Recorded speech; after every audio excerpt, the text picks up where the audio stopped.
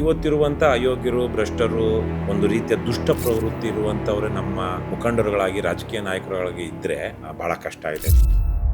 ಗಾಂಧಿ ಒಂದು ಕಡೆ ಹೇಳ್ತಾರೆ, ಈ ಭೂಮಿ ಮನುಷ್ಯನ ಎಲ್ಲ ಅಗತ್ಯಗಳನ್ನು ಈಡೇರಿಸಬಲ್ಲದು, ಅವನ ದುರಾಸೆಯನ್ನಲ್ಲ ಅಂತ. ಸರ್, ಯಾವುದಾದ್ರೂ ಒಂದು ಇನ್ಸಿಡೆಂಟ್ ಇತ್ತಾ ನಿಮ್ಮನ್ನ ಕನ್ವಿನ್ಸ್ ಮಾಡಿದ್ದು politics is the only way to bring change ಅಂತ? ಪೊಲಿಟಿಕ್ಸ್ ಎಲ್ಲ ಸ್ಕೌಂಡ್ರಲ್ಸ್ ಅಂತಾರೆ, ಮೂರ್ಖರು. ಪ್ರಜಾಪ್ರಭುತ್ವದಲ್ಲಿ ರಾಜಕಾರಣವಂತನು ಪರಮ ಪವಿತ್ರವಾದದ್ದು. ಸರ್, ಹಾಗೆ ಇವಾಗ ಕರ್ನಾಟಕ ಪೊಲಿಟಿಕ್ಸಿಗೆ ಬರೋದಾದ್ರೆ ಕರ್ನಾಟಕದ ಕರೆಂಟ್ ಪೊಲಿಟಿಕಲ್ ಸಿಚುವೇಶನ್ನ ನೀವು ಯಾವ ಥರ ಅನಲೈಸ್ ಮಾಡ್ತೀರಾ ಅಥವಾ ಅಳಿತೀರಾ? ಸರ್ಕಾರಿ ನೌಕರರ ಇವತ್ತಿನ ಮೋಟೋ ಏನಿದೆ, ಸಂಬಳ ನನ್ನ ಹಕ್ಕು, ಗಿಂಬಳ ನನ್ನ ತಾಕತ್ತು, ಕೆಲಸ ನನ್ನ ಮರ್ಜಿ ಅಂತ.